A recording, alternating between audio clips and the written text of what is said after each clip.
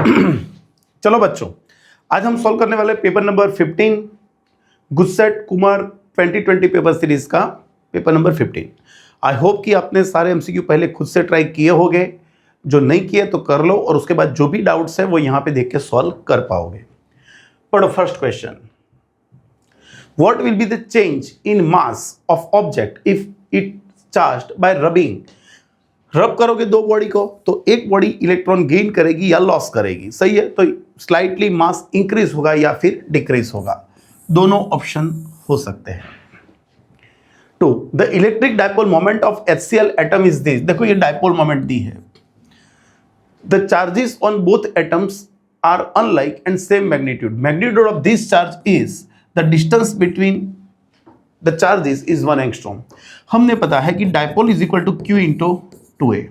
Dipole moment हमको दिया है 3.4 इंटू 10⁻⁻30। ओके, चार्ज हमको फाइंड करना है और दोनों के बीच का डिस्टेंस 1 एंगस्ट्रॉम 10⁻10 मीटर। सो Q आपको मिल जाएगा यहाँ पे 3.4 इंटू 10⁻20। कहाँ पर है ऐसा answer? B. 3, a polythene piece rubbed with wool is found to have a negative charge of 3 into 10⁻7 coulomb. देखो इतना नेगेटिव चार्ज वो गेन कर रहा है। Estimate the number of electron transferred. कौन नेगेटिव बन रहा है? Polythene piece. तो पॉलीथीन पे इलेक्ट्रॉन जाएंगे, वूल टू पॉलीथीन जाएंगे और कितने जाएंगे? तो चलो Q is equal to NE। So N लिख सकते हैं Q by E। Charge is 3 into 10⁻7। E लिख पाएंगे 1.6 इंटू 10⁻19। सॉरी, ये हो गया 1.875 इंटू 10⁻16। अरे सॉरी 12। तो यहाँ पे 2 इंटू 10⁻12 लिख सकते हो ऑन पॉलीथीन। इलेक्ट्रॉन कहाँ पे गए होंगे? पॉलीथीन में, वोल्ट टू पॉलीथीन।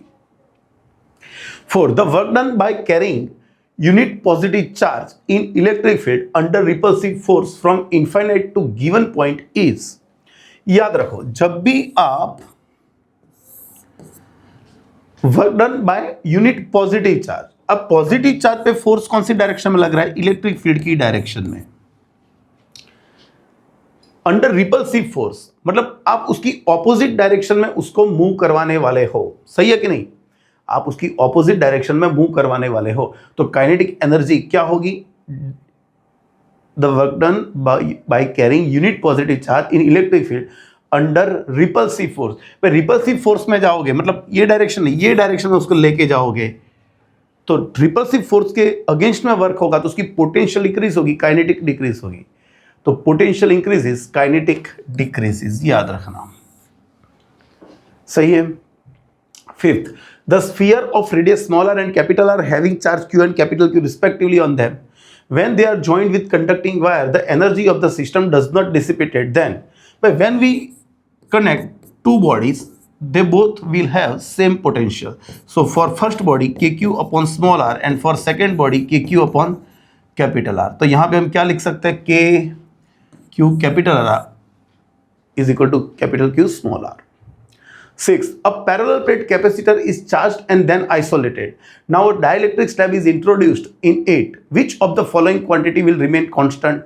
देखो बच्चों, एक बार हमने क्या किया, बैटरी से कैपेसिटर को चार्ज कर दिया तो इस पे प्लस Q और इस पे माइनस Q चार्ज आ गया। चलो अभी बैटरी रिमूव कर देते हैं तो समझो एक चीज़ कि चार्ज को अभी आगे पीछे कहाँ पे जाने के लिए कोई जगह है नहीं, मतलब चार्ज जो है वो क्या रहेगा? कांस्टेंट रहेगा। हाँ सही है। हाँ, जब आप स्लैब इंट्रोड्यूस करोगे स्लैब तो भी चार्ज में कोई फर्क नहीं पड़ेगा। V होगा क्या भाई? V K पार्ट का हो जाएगा, कैपेसिटेंस K टाइम्स हो जाएगा। और एनर्जी की बात करेंगे तो U is equal to Q²/2C कर सकते हो कि नई एनर्जी चार्ज वही रहेगा लेकिन कैपेसिटेंस K टाइम्स हो गया तो एनर्जी भी K पार्ट की हो जाएगी। जो सब पूछे तो आपको क्लियर होना चाहिए। A silver wire has resistance of 2.1 ohm at 27.5 degrees Celsius and the resistance of 2.7 ohm at 100 degrees Celsius. Determine the temperature coefficient of resistivity. चलो सिंपल चीज है, ये हमारा रेफरेंस टेम्परेचर है RT0, ये आपका रेफरेंस रेजिस्टेंस R0, T100 और RT आपको फाइंड करना है, मतलब दिया हो आपको अल्फा फाइंड करना है।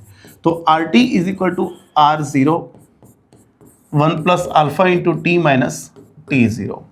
आर टी क्या है बच्चों 2.7, R0 कितना है 2.1, 1 प्लस अल्फा फाइंड करना है। टी आपको कितने टेम्परेचर पे बोला है 100 और रेफरेंस टेम्परेचर 27.5 था।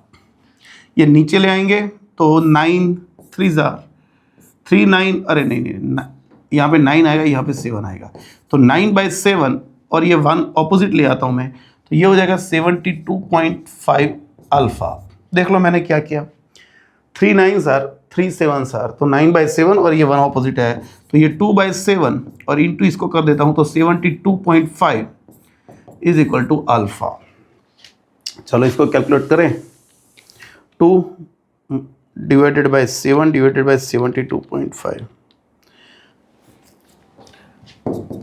0.00394, 3.94 into 10⁻⁷ degree Celsius inverse.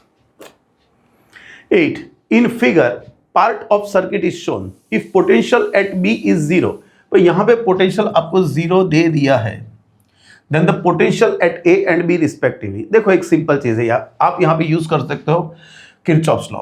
यहाँ का पोटेंशियल मैं VA मान लेता हूँ और यहाँ का पोटेंशियल VD मान लेता हूँ।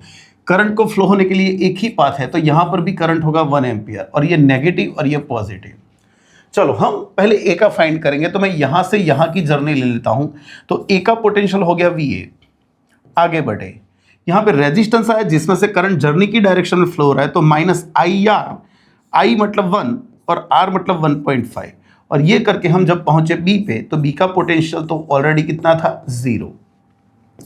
हाँ, तो VA ये 1.5 ऑपोजिट चला जाएगा, प्लस 1.5 वॉल्ट हो गया, सिंपल। चलो अभी यहाँ से बात करेंगे, यहाँ से वहाँ पर जाना है, लेकिन उल्टा करते हैं। चलो यहाँ से ऐसे आएंगे, तो VD सामने पॉजिटिव से नेगेटिव, तो -2 लेंगे, फिर यहाँ पे आए तो करंट सामने आ रहा है, तो +1 × 2.5 इज इक्वल टू, हम पहुंचे कहाँ पे B पे, तो वहाँ पे तो पोटेंशियल कितना था 0 था, तो VD आपको मिल जाएगा -0.5 वोल्ट। कहाँ पर है, अरे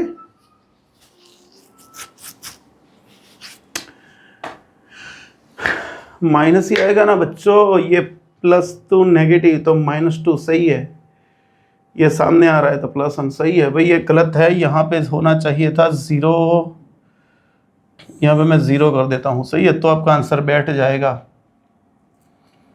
तो आपका आंसर आ गया यहाँ पे B।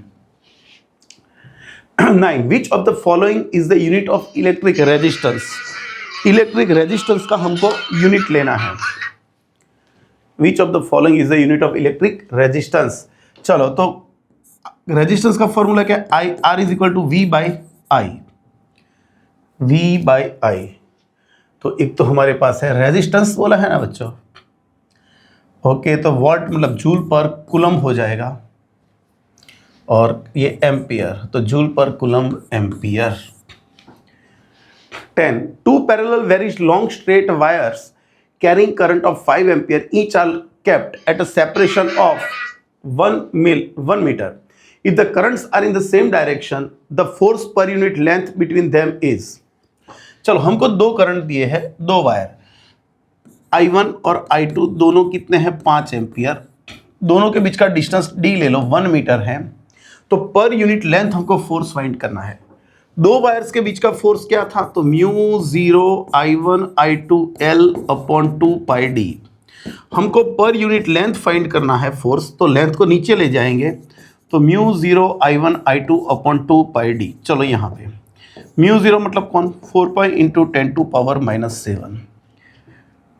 करंट 5 2π और d कितना बच्चों, d है 1 मीटर, तो ये 2 हो गया इंटू -6 आ जाएगा न्यूटन पर, अरे 50 वाला आंसर आएगा, मैंने कहाँ पे यहाँ पे 10 ले लिया, सॉरी बच्चों, मेरे से गलती हो गई। 5 ये यहाँ से कट होगा तो 2, इसको मैं 5 बोल देता हूँ, और ये 10 में यहाँ पे दे देता हूँ, 5 × 10⁻⁶ हो जाएगा ना, सही है। 5 2 10, यहाँ पे दे देता हूँ तो -6 और ये 5, तो इतना न्यूटन पर मीटर आंसर आएगा। लेकिन दोनों में करंट कैसे सेम डायरेक्शन है, मतलब अट्रैक्शन होगा। तो कहाँ पर है attractive of 5 × 10⁻⁶ Newton. 11 in uniform magnetic field proton moves on circular path with kinetic energy of 1 mega eV. Radius of circular path is r. When alpha particle moves with the same field on same path, मतलब radius same है यहाँ पे, what will be the kinetic energy? हमने पढ़ा कि जब भी कोई चार्ज m मास वाला चार्ज v वेलोसिटी से b मैग्नेटिक फील्ड में मूव करेगा, जिसकी रेडियस कितनी है, चार्ज कितना है q, तो हम लिखते हैं यहाँ पे mv/qb। और कोई फॉर्मूला, हाँ भाई P/QB। और कोई फॉर्मूला, हाँ बच्चों 2mk/QB। हम यहाँ पे ये और भी फॉर्मूला है, लेकिन यहाँ पे यूज़ करेंगे ये वाला। क्यों? क्योंकि हमको क्या सेम बोला है, काइनेटिक एनर्जी फाइंड करनी है, तो ये फॉर्मूला हम यूज़ करेंगे। सही है। अभी देखो, सेम पाथ मतलब रेडियस सेम, सेम पाथ मतलब radius same, magnetic field same है, सेम मैग्नेटिक फील्ड में मूव कर रहा है। तो फिर यहाँ पे लिख सकते हैं कि Q को सामने भेज दे तो Q प्रोपोर्शनल टू √mk हो जाएगा बच्चों।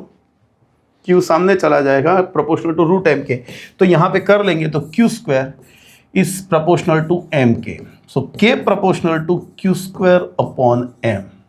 तो चलो यहाँ पे लिखेंगे K alpha particle upon K proton, तो यहाँ पर करेंगे तो क्या आएगा, charge of alpha charge of proton का स्क्वायर है तो स्क्वायर करना ही पड़ेगा, और मास बोलेंगे तो मास ऑफ इनवर्स प्रोपोर्शन में तो जो नीचे है उसका मास पहले आएगा अपॉन अल्फा। अभी हमको पता होना चाहिए कि प्रोटॉन पे एक प्रोटॉन का चार्ज क्या होता है +e, ड्यूटेरॉन में अल्फा पार्टिकल में 2 प्रोटॉन होते हैं तो उसका चार्ज होगा 2e का स्क्वायर। प्रोटॉन का मास होता है m, लेकिन अल्फा पार्टिकल का मास उससे 4 टाइम्स, क्योंकि उसमें 2 प्रोटॉन 2 न्यूट्रॉन होते हैं और प्रोटॉन न्यूट्रॉन का मास ऑलमोस्ट सेम होता है, तो हम चारों के 4 प्रोटॉन ही मान लेंगे, तो 4m। ये कट हो जाएगा तो यहाँ पे 1 आएगा, मतलब k अल्फा = kp आ जाएगा। और kp कौन, तो आपको दिया है 1 मेगा eV, तो यहाँ पर भी आंसर 1 मेगा eV ही आएगा। सही है, सही है। 12 A uniform electric field and a uniform magnetic field are produced pointing in the same direction. If electron is projected with the velocity pointing in the same direction, then देखो ये electric field है, ये magnetic field है, और electron को हमने उसी direction में थ्रो किया। अरे क्या हो रहा है बच्चों, इलेक्ट्रॉन को हमने उसी डायरेक्शन में मूव करवाया, तो सिंपल उस पर मैग्नेटिक फोर्स कितना लगेगा भाई, मैग्नेटिक फोर्स तो उस पर लगेगा ही नहीं, V×B, क्योंकि V और B पैरेलल है, तो मैग्नेटिक फोर्स कितना हो गया 0, तो उस पर सिर्फ एक ही फोर्स लगेगा, कौन सा, इलेक्ट्रिक फोर्स। और इलेक्ट्रिक फोर्स होता है QE। Q की जगह पे कौन है, कौन जा रहा है बच्चों, कौन जा रहा है, इलेक्ट्रॉन, तो E हम लेंगे -EE। तो सिंपल हो गया कि इस पर जो फोर्स लगने वाला है वो इलेक्ट्रिक फील्ड की ऑपोजिट डायरेक्शन में होगा, तो वो मूव कर रहा है इलेक्ट्रिक फील्ड की डायरेक्शन में, लेकिन फोर्स ऑपोजिट लगेगा तो उसकी वेलोसिटी डिक्रीज होती जाएगी, क्योंकि उसकी मोशन रिटार्डिंग मोशन होगी, तो the electron velocity will decrease in a magnitude. 13 right the magnitude of resultant force acting on a bar magnet placed in a uniform magnetic field. Uniform magnetic field आए मतलब bar magnet या कोई भी magnetic dipole हो, उस पर resultant force always क्या होता है 0, जितना n पोल पे फोर्स लगेगा उतना ही s पोल पे लगेगा। 14 one bar magnet is suspended so as to rotate freely in horizontal magnetic field, then bar magnet को हमने लटकाया है अर्थ के मैग्नेटिक फील्ड में, और हमको पता है कि टॉर्क 0 कब होगा, जब मैग्नेटिक फील्ड की डायरेक्शन और डायपोल मोमेंट दोनों एक ही डायरेक्शन होगी। तो अर्थ का मैग्नेटिक फील्ड होता है साउथ टू नॉर्थ, अर्थ का मैग्नेटिक फील्ड होता है साउथ टू नॉर्थ, तो मैग्नेट भी आपका साउथ टू नॉर्थ सेट हो जाएगा। कहां पर ऐसा, टेढ़ी नॉर्थ साउथ डायरेक्शन। सही है, सही है। 15 the current flows from A to B in a straight wire as shown in figure and it is decreasing with time. भाई करंट, इसमें से जो करंट पास हो रहा है, ये करंट वो डिक्रीज हो रहा है। The induced current in the loop placed near to, देखो ऊपर से देखना है आपको, सोचो ये जो वायर है उसकी फील्ड लाइंस कैसे होगी, हम राइट हैंड रूल यूज करेंगे, तो हमारा जो थंब है वो करंट की डायरेक्शन में रखेंगे और वायर को ऐसे पकड़ेंगे, तो हमारी फिंगर ऐसे बेंड हो रही है, तो मैग्नेटिक फील्ड लाइंस ऐसे होगी। उसका मतलब यहाँ से मैग्नेटिक फील्ड बाहर आ रहा होगा और यहाँ से वापस अंदर जा रहा होगा। तो सिंपल, आप ऊपर से देखोगे तो ये एन पोल बनेगा और नीचे से देखोगे तो एस पोल बनेगा। अभी आप क्या कर रहे हो, अभी आप मैग्नेटिक फील्ड, इसका करंट चेंज कर रहे हो, करंट डिक्रीज कर रहे हो। करंट डिक्रीज करोगे तो ये मैग्नेटिक फील्ड डिक्रीज होगा, और मैग्नेटिक फील्ड डिक्रीज होगा तो according to Lenz law induced EMF या इंड्यूस्ड करंट ऐसा ही होगा जो उसको इंक्रीज करवाने का ट्राई करेगा। हम जो भी एफर्ट लगाएंगे इंड्यूस्ड ईएमएफ उसका अपोज करेगा। तो हम यहां पे मैग्नेटिक करंट क्या कर रहे हैं, डिक्रीज कर रहे हैं। करंट डिक्रीज करेंगे तो इसके साथ एसोसिएटेड फ्लक्स और मैग्नेटिक फील्ड डिक्रीज होगा, और उसके कारण यहां पे इंड्यूस्ड करंट ऐसा ही होगा जो उसको इंक्रीज करवाने का ट्राई करेगा। तो आपका मैग्नेटिक फील्ड यहां से बाहर आ रहा है, मतलब यहां पे एन पोल बन रहा है, तो जो इंड्यूस्ड होगा वो भी यहां पे एन पोल ही बनाएगा। और एन पोल बनाने के लिए यहां से आप देखोगे तो ऊपर से आप देखोगे तो आपको एंटी क्लॉकवाइज डायरेक्शन में करंट मिलना चाहिए। सही है बच्चों। 16 in phenomena of electromagnetic induction produce EMF flux linked with the coil should increase और डिक्रीज। भाई हमको तो ईएमएफ चेंज करना है, ईएमएफ जनरेट करना है, इंड्यूस्ड ईएमएफ। तो फ्लक्स इंक्रीज हो या डिक्रीज हो क्या फर्क पड़ता है उससे, फ्लक्स चेंज होना चाहिए। Kamla pedals a stationary bicycle. The pedals of the cycle are attached to a 100-ton coil of area 0.1 meter square. The coil rotates at a half revolution per second. एक second में half revolution, तो उसकी frequency हो गई 1/2 hertz. It is placed in uniform magnetic field of 0.01 Tesla perpendicular to the axis of rotation of coil. What is the maximum voltage generated? This is the case of AC generator. When the coil rotates between two magnetic poles or in magnetic field, EMF is a induced EMF is a function of harmonic function which is of sine और cosine. तो formula हमने पढ़ा था n a b omega, sine या cosine कुछ भी लिख सकते हैं, लेकिन आपको मैक्सिमम चाहिए तो ये वैल्यू, क्योंकि साइन की वैल्यू जब 1 होगी तो ये मैक्सिमम होगा। तो मैक्सिमम ईएमएफ आपको मिलेगा N A B omega. How many number of turns are here, 100। Okay, we are given and area is given 0.0, नहीं 0.1 ही दिया एरिया। तो ध्यान रहे बच्चों, यहाँ पे 0.1 है या 1.0 है वो आपको देखना पड़ेगा। बी क्या है बच्चों, बी है 0.01 और ओमेगा मतलब 2 पाई न्यू मतलब फ्रीक्वेंसी 1/2। इसने इसको काटा, इसने इसको काटा और काट के हो गया 0.314 volt. 18 a charged 30 microfarad capacitor is connected to 27 millihenry inductor. What is the angular frequency for free oscillation? Free oscillation means resonance frequency. So omega r is equal to 1/√LC. L is given 27 millihenry, it is -3 and C is 30 micro मतलब 10⁻⁻6 लिख देता हूं। लेकिन बच्चों पहले जल्दबाजी मत करना, -3 और -6 -9 होता है, जो ऑड होता है तो उसका स्क्वायर रूट नहीं निकलेगा, तो मैं 0 यहाँ पे दे देता हूँ। और 27 × 3 करूँगा तो 81 × 10⁻⁻8, इसका स्क्वायर रूट निकल जाएगा तो अभी 9 × 10⁻⁴, तो ऊपर जाएगा तो 10,000 डिवाइडेड बाई 9, 11111 आएगा आंसर। तो आपका आंसर आ गया सी। 19 on which of the following the output of transformer depends, किस पे डिपेंड करेगा, अरे किस पे डिपेंड नहीं करेगा, ऐसा होना चाहिए शायद, किस पे डिपेंड नहीं करेगा, which of the following output voltage of does not depend आएगा यहाँ पे, नहीं तो 2 आंसर आएंगे। देखो इनपुट वोल्टेज पे भी डिपेंड करेगा, सेकेंडरी कॉइल के टर्न्स पे भी डिपेंड करेगा, सही है बच्चों, लेकिन किस पे डिपेंड नहीं करेगा, तो फ्रीक्वेंसी पे डिपेंड नहीं करता है वो।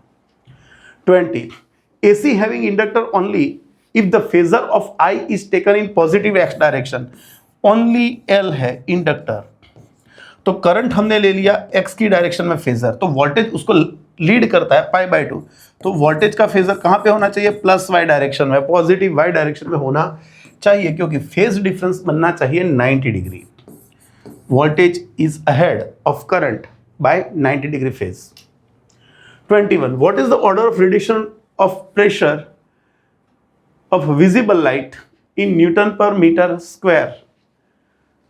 Radiation of pressure Newton per meter square.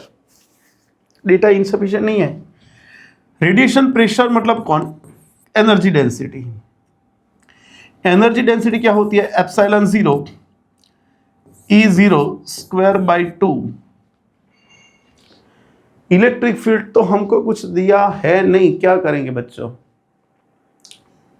चलो वैल्यू थोड़ी बहुत ट्राई तो करते हैं. ये 8.85 इंटू 10⁻⁻12 हो जाएगा डिवाइडेड बाई 2. और इलेक्ट्रिक फील्ड का हम क्या लेते हैं जनरली? चलो इलेक्ट्रिक फील्ड का विजिबल लाइट के लिए इलेक्ट्रिक फील्ड क्या रहेगा, वो तो देना चाहिए था वैल्यू.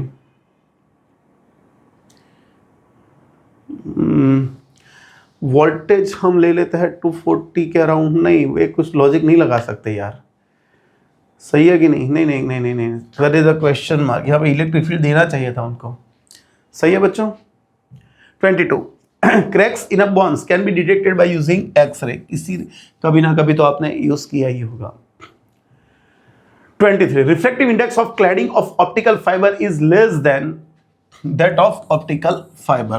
भाई हमको पता है कि टोटल इंटरनल रिफ्लेक्शन होने के लिए इसका रिफ्रैक्टिव इंडेक्स मोर होना चाहिए, कोर का मोर होना चाहिए, और इसका लेस होना चाहिए जो क्लैडिंग है उसका. सही है, याद रखो.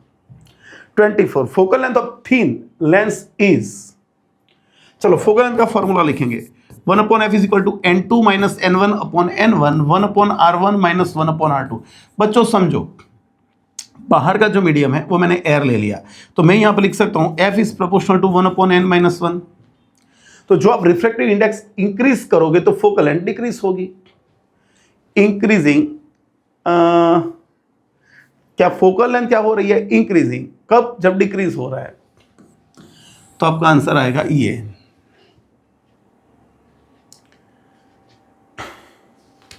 अरे बच्चों, तो फिर ऊपर वाला क्या गलत है? वो भी तो सही है. Decreasing if refractive index is increasing. ये इंक्रीज होगा तो वो डिक्रीज होगी, ये डिक्रीज होगा तो वो इंक्रीज होगी. अरे ये गलत है. दोनों does not change with refract. नहीं नहीं नहीं नहीं नहीं भाई, ये दोनों आंसर सही है. ये दोनों आंसर सही है. सही है, लेकिन किसका रिफ्रैक्टिव इंडेक्स? ये भी तो करना पड़ेगा. यहां पे जो आउटर मीडियम का ले लेंगे. समझो बच्चों यार, ये है ना n2 minus n1 upon n1. अभी आउटर मीडियम का है या लेंस का है वो स्पेसिफाई नहीं किया है. जो हम यहां पे करेंगे तो n2 अपॉन n1 माइनस 1. आपको दोनों चीजें क्लियर करवा ही देता हूं तो क्लियर हो जाएगा आपको. समझो एक चीज, तो f क्या हो गया? f is proportional to 1/n2 minus n1 upon 1. जो बच्चों आप बाहर का जो मीडियम है उसका रिफ्रैक्टिव इंडेक्स इंक्रीज करोगे, ये इंक्रीज होगा तो ये डिक्रीज होगा. अभी ये डिक्रीज हुआ तो ये इंक्रीज होगा. आउटर मीडियम का रिफ्रैक्टिव इंडेक्स इंक्रीज होगा तो फोकल लेंथ इंक्रीज होगी. आउटर मीडियम का रिफ्रैक्टिव इंडेक्स डिक्रीज होगा तो फोकल लेंथ डिक्रीज होगी.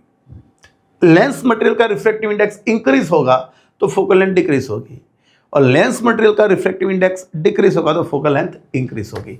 याद रखो, ये पूरा सच्चा ज्ञान है जो भी है वो.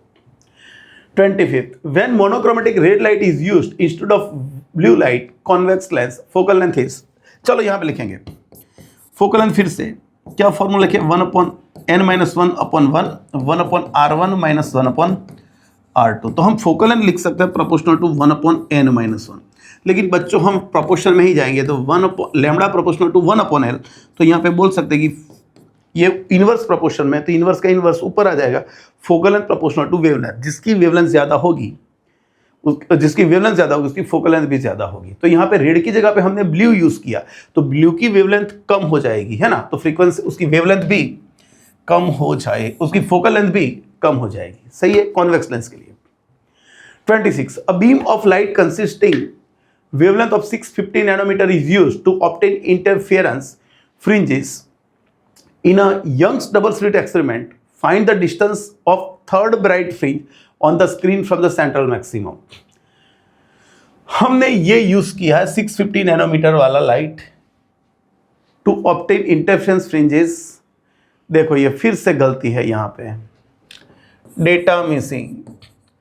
ये टेक्स्ट बुक का जो न्यूमेरिकल है ना वो सुपरपोजिंग वाला, उसी का डेटा है, लेकिन यहाँ पे थोड़ा गलती है। हमको यहाँ पे बोला है कि जो वेवलेंथ आपकी 650 नैनोमीटर है, मतलब यह है 6.5 इंटू 10⁻⁻7 मीटर, आपको सेंट्रल मैक्सिमम से थर्ड ऑर्डर का डिस्टेंस फाइंड करना है ब्राइट फ्रिंज का। तो ब्राइट फ्रिंज के लिए हम पाथ डिफरेंस क्या लिखते हैं, XD/D is equal to m lambda. यहाँ पे थर्ड फाइंड करना है, तो मैं x3 रख के सब्जेक्ट बनाऊंगा, तो यहाँ पे 3 लैम्बडा, d सामने आएगा, ये d नीचे आएगा, तो ये फॉर्मूला। हमारे पास लैम्बडा तो है, लेकिन हमारे पास ये दोनों नहीं है, ये वैल्यूज होनी चाहिए, तभी आपको आंसर मिलेगा। सही है। 27, a ray of monochromatic light passes the glass plate of thickness 5 mm. If the refractive index of glass is 1.5, optical thickness of plate will be। हमने पढ़ा है कि कोई भी लीनियर डिस्टेंस है d, जिसका रिफ्रैक्टिव इंडेक्स n है, तो फिर यहां पे ऑप्टिकल डिस्टेंस क्या होगा, optical distance is equal to n into D. n कितना 1.5 और ये कितना 5, तो ये हो जाएगा 7.5 mm। 28, a diffraction pattern is obtained using a beam of red light. What happens if the red light is replaced by blue light? अभी हमने पढ़ा the width of fringes is equal to lambda d by d. So width is proportional to lambda. जितनी wavelength ज्यादा होगी width ज्यादा होगी। तो red light जब हम यूज किए थे, नहीं पहले ब्लू लाइट था, नहीं पहले रेड था, red is replaced by blue light. तो रेड था पहले, तो उसकी वेवलेंथ ज्यादा थी, तो विड्थ उसकी ज्यादा होगी, मतलब जो आपको मैक्सिमम्स मिलेंगे वो ब्रॉडर मिलेंगे। सही है। लेकिन फिर आपने ब्लू लाइट रिप्लेस किया, तो उसकी वेवलेंथ क्या हो गई, डिक्रीज हो गई। वेवलेंथ डिक्रीज हो जाएगी तो वो नैरो हो जाएगी और क्राउडेड टुगेदर हो जाएगी डिफ्रैक्शन पैटर्न। सही है बच्चों। 29, work function of photosensitive surface is HF0. If the surface is incident with the photon of 2 HF0 energy, then maximum speed of electron emitted is 4 into 10 to 6 meter per second. If energy of photon incident is changed to 5 F0, then the maximum speed of photoelectron will be। चलो हमने पढ़ा है कि kinetic energy का formula क्या है, 1/2 mv² is equal to incident energy minus work function. चलो 50 लिखता हूं। तो सबसे पहले बच्चों अपने जब कितनी फ्री एनर्जी 2 HF0, इतनी एनर्जी इंसिडेंट करे 2 HF0, जिसका वर्क फंक्शन था HF0, तो ये आपको मिल जाएगा HF0। तो आपका काइनेटिक एनर्जी आ गया पहले इतना है। फिर आपने क्या किया, जब आपने एनर्जी 5 HF0 कर दी, हाँ आपको V1 एनर्जी दी है, V1 काइनेटिक स्पीड दी है, sorry V1 speed initial speed आपको दी है, आपको फाइनल स्पीड चाहिए। ओके, तो हम काम करेंगे। चलो दूसरी बार क्या हुआ, जब आपने ये V1 कर देता हूं मैं, जब आपने 5 HF0 एनर्जी इंसिडेंट करवाई, वर्क फंक्शन HF0 था, तो ये हो गया आपका 4 HF0। इसके अपॉन ये करेंगे तो क्या हो जाएगा, V2² upon V1² is equal to 4। सही है, 4 HF0 अपॉन HF0, तो V2 is equal to 2V1। 2 into ये कितना है, 2 into 4 into 10 to 6, 8 into 10 to 6 वाला आंसर आपका हो जाएगा। 30, an electron and a photon each have wavelength of 1 nanometer. Find the kinetic energy of electron. Okay, lambda is equal to h upon under root 2m k। ये formula हम जानते हैं, कोई m mass वाला particle k kinetic energy possess करता है तो उसकी डी ब्रोगली वेवलेंथ इतनी होगी। तो हम दोनों साइड स्क्वायर कर देंगे, तो हम फॉर्मूला बना सकते हैं कि काइनेटिक एनर्जी का स्क्वायर, अरे क्या हो रहा है, चलो तो यहाँ पे lambda square is equal to h² upon 2m k। तो काइनेटिक एनर्जी मिल जाएगी k is equal to h² upon 2m lambda square. h 6.625 into 10⁻⁻34 का स्क्वायर, तो mass of electron 9.1 into 10⁻⁻31, lambda कितना है 1 नैनोमीटर 10⁻⁹ का स्क्वायर। चलो इसको ठीक करें, 6.625 multiply by 6.625 divided by 2 divided by 9.1, 2.41 वाला आंसर आ रहा है। 2.41 ये हो गया -18, ये -18 हो गया ना बच्चों। अभी तो ईवी में शायद लाना है हमको, चलो देख लेते हैं। -68, ये क्या हो गया, 10 to -18, 18 हो रहा है शायद, ये -68।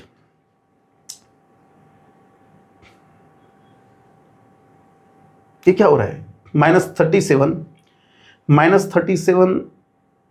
प्लस 18 तो 19 होगा ना, यहाँ पे इतने जूल हो रहा है। ओके बच्चों, तो फिर इसको ईवी में कन्वर्ट करना है, तो यहाँ पे डिवाइड करेंगे 1.6 इंटू 10 टू पावर -19, तो ये आंसर आ जाएगा शायद, देख लेना। सही है। 31. A laser emitted monochromatic light of 6 into 10 to 14 hertz frequency and produced power of this much. Number of photon produced per second.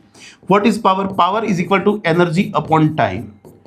If energy of each photon is equal to h nu, then and total number of photons are n, then total energy is given by nh nu and time is t.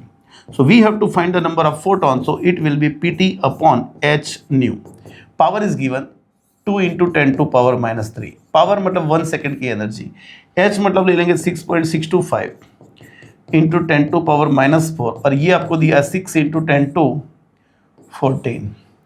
ये करोगे तो 2 upon ये 40 जे around आ जाएगा into 10 to 20। अरे वो power रह गई, 1 minute मेरे से गलती हो गई। हाँ, तो ये 20 ऊपर जाएगा तो ऊपर 17 हो जाएगा ना, 17। यहाँ पे करोगे तो 2 पॉइंट यहाँ पे तो 200 मतलब 5 इंटू 10 टू 15 ये आना चाहिए, 5 इंटू 10 टू 15। मैंने इसमें से 2 पावर यहाँ पे दे दी थी, तो 200/45 और वो 15 हो गया। 32. Which of the following has energy 217.6 eV in ground state? हमको कोई भी मटेरियल के लिए पता है -13.6 eV, कोई भी एलिमेंट के लिए जो हाइड्रोजेनिक है उसकी एनर्जी है -13.6 eV into Z² upon n²। लेकिन याद रहे आउटर ऑर्बिट में एक इलेक्ट्रॉन होना चाहिए, मतलब जो उसका एटॉमिक नंबर Z है तो उसके Z-1 टाइम आयोनाइजेशन हो जाना चाहिए था, बराबर है। और ये एनर्जी हमको दी है 217.6 eV, नेगेटिव बाइंडिंग एनर्जी है, तो -13.6 eV इंटू Z² का तो पता नहीं, लेकिन ग्राउंड स्टेट बोला है तो मैं यहाँ पे 1² कर देता हूँ।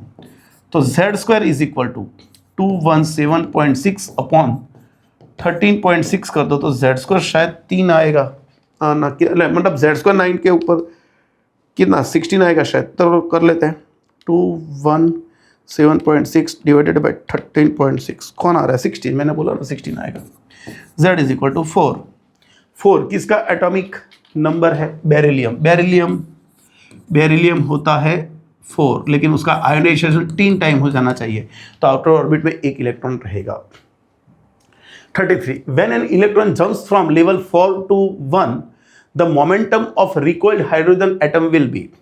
समझो हमने जो पढ़ा था मोमेंटम कंजर्वेशन की, एक गन है उसमें से हम बुलेट यहाँ पे फायर करेंगे, तो बुलेट को जितना मोमेंटम आगे मिलेगा राइफल को उतना मोमेंटम पीछे मिलेगा। तो सिमिलरली कि ये एक एटम था, उसमें से कौन यहाँ पे फोटोन यहाँ पे एमिट हुआ, तो जितना फोटोन का मोमेंटम होगा यहाँ पे जो रिकॉइल्ड हाइड्रोजन बचा उसको भी उतना ही मोमेंटम ऑपोजिट मिलेगा। तो हाइड्रोजन का momentum is equal to photon का मोमेंटम, लेकिन फोटोन का मोमेंटम तो होता है h अपॉन लैम्बडा, सही है, याद रखो।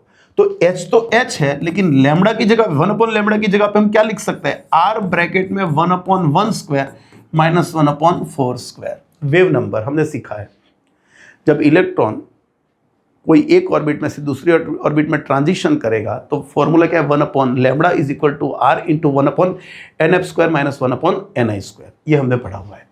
ओके, तो फिर यहाँ पे लिख लेते हैं, तो ये HR और ये हो गया 15/16 हो जाएगा ना बच्चों, 1 - 1/16।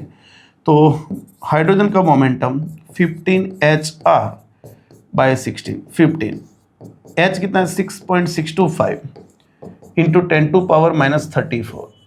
रेजिस्टेंस R कौन है, 1 प्लैंक कांस्टेंट 1.097 इंटू 10 टू 7, और ये 16। 6 पॉइंट वाला ही आंसर आएगा, देख लेना एक बार, मेरे हिसाब से तो यही होगा। देखो 15 इंटू 1 पॉइंट समथिंग हो रहा है, तो उसको मैं अप्रोक्सीमेटली 16 मान लेता हूँ, तो 16 चले गए, तो 6.6 के आजू बाजू वाला कोई होगा तो वो यही होगा। 34, an electron with energy 12.09 eV strike hydrogen atom in ground state and gives all energy to hydrogen atom. Therefore, hydrogen atom is excited in which state? याद रखो ये न्यूक्लियस है, उसकी first orbit, second orbit, third orbit, यहाँ से यहाँ जाने के लिए एनर्जी चाहिए थी 10.2 eV, यहाँ से यहाँ जाने के लिए एनर्जी चाहिए 12.09 eV। तो ऑब्वियसली आपका इलेक्ट्रॉन कहाँ पर था, n=1 में था, जो चला गया अभी 3 में। तो स्टेट कौन सा आया, स्टेट आया थर्ड। तो थर्ड स्टेट में कौन से स्टेटस पे है, एक्साइटेड स्टेटस पे है। तो यहां पे जो लिखना है, तो hydrogen atom is excited but it which state, it is in third state. देखो यहां पे थोड़े वर्ड्स की मारामारी है, सही है, समझो। यहां पे hydrogen atom is excited, what is the status, it is excited, but it which orbit, it is in third state. लेकिन आपको यह बोला होता कि it is in which excited state, तो एक्साइटेड स्टेट आपका फिर सेकंड आता, एक्साइटेड स्टेट फिर सेकंड आ जाता, लेकिन अभी it's excited but in which state, it is in third orbit. 35, obtain the approximately ratio of nuclear radii of gold isotope Au-17 and 197 and silver Ag-47107। ये हमको find करना है। चलो तो हमको पता है R प्रोपोर्शनल टू A⁻⁴, तो R of Au, R of Ag, तो यहां पे गोल्ड का एटॉमिक मास है 197, सिल्वर का 107 की 1/3 पावर। इसको करोगे, देखो कैसे करते हैं, 197 डिवाइडेड बाय 107, जो भी आया उसको मल्टीप्लाई बाय 2 बार स्क्वायर रूट करो, फिर मल्टीप्लाई बाय 4 बार, 1 2 3 4 बार स्क्वायर रूट किया, मल्टीप्लाई बाय फिर 8 बार, 1 2 3 4 5 6 7 8, मल्टीप्लाई बाय 2 बार, ये आ गया 1.225, मतलब 1.23 लिख सकते हो। तो आंसर आपको क्लियर होना चाहिए। चलो 36, if m, capital M, Mn and Mp is a respectively mass of nucleus, neutron and proton, then भाई हमने पढ़ा है कि ZMP, एक प्रोटॉन का मास Mp और ऐसे Z प्रोटॉन है तो टोटल मास ZMP, एक न्यूट्रॉन का मास Mn, ऐसे n न्यूट्रॉन है तो उनका मास NMN, और ये मिलके जब पूरा न्यूक्लियस बनाएंगे और उसका मास M बनेगा तो ये ऑलमोस्ट ज्यादा होगा। The mass of nucleus is always less than the independent mass of its total mass of its constituents। Okay, तो ये ज्यादा होगा, तो यहां पर बोल सकते हैं कि M is less than किसको, ZMP प्लस न्यूट्रॉन की क्या लिख सकते हैं, neutron are A-Z into Mn। कहां पर है answer, M is less than, ये रहा। 37, the number of proton, neutron and electron in nucleus of this 11 sodium 23, तो इसमें Z कितने हैं 11, तो ये आपके प्रोटॉन्स हो गए। A-Z करेंगे तो वो आपके न्यूट्रॉन हो जाएंगे 23 माइनस 11, तो ये 12, तो 11 12 और ये 0। 38, if the input frequency is 50 Hz in half wave rectification, what is the output frequency? तो आउटपुट हम कर लेंगे 100 Hz। कौन पूछा है, अरे हाफ वेव पूछा है, सॉरी बच्चों मेरे से गलती हो गई, हाफ वेव पूछा है, फुल वेव नहीं पूछा है। तो हाफ वेव में तो क्या होगा 50 ही होगा, सही है। 39, give electronic configuration of germanium. भाई जर्मेनियम क्या होता है, उसमें 32 इलेक्ट्रॉन्स होते हैं, 1s2 2s2 2p6 3s2 3p2 और 3p6 3d10 4s2 4p2। Valence electron उसके कहां पे होता है, फोर्थ ऑर्बिट में होता है। कहां पर है आंसर, तो हमारे पास दे दिया है ये भाई साहब, सब पी, ये सभी ऑप्शन गलत है। पी को यहां पे उन्होंने छोड़ दिया, 3p6। कितने सालों से ये पेपर सेट है, करेक्शन हो ही नहीं रहा है, बोलो क्या करे। चलो next 40, giving 2 volt to LED passes a 10 milliampere current if you want to connect this diode to a 6 volt battery, then we have to keep the value of resistance in series. आपकी जो LED है वो 2 volt की है, आपको उसको एक resistance के थ्रू कनेक्ट करना है और फिर उसको 6 वोल्ट की बैटरी के साथ कनेक्ट करना है। भाई डायरेक्ट करोगे तो ये तो बर्न हो जाएगी। इसके लिए आपने करंट को कंट्रोल करने के लिए एक सीरीज रेजिस्टेंस लगाया। तो इसकी वैल्यू कितनी, आपको करंट पास होना चाहिए कितना, 10 milli ampere, 10 milli ampere. Okay, तो एक काम करेंगे, चलो यहाँ से यहाँ पे आ जाएंगे।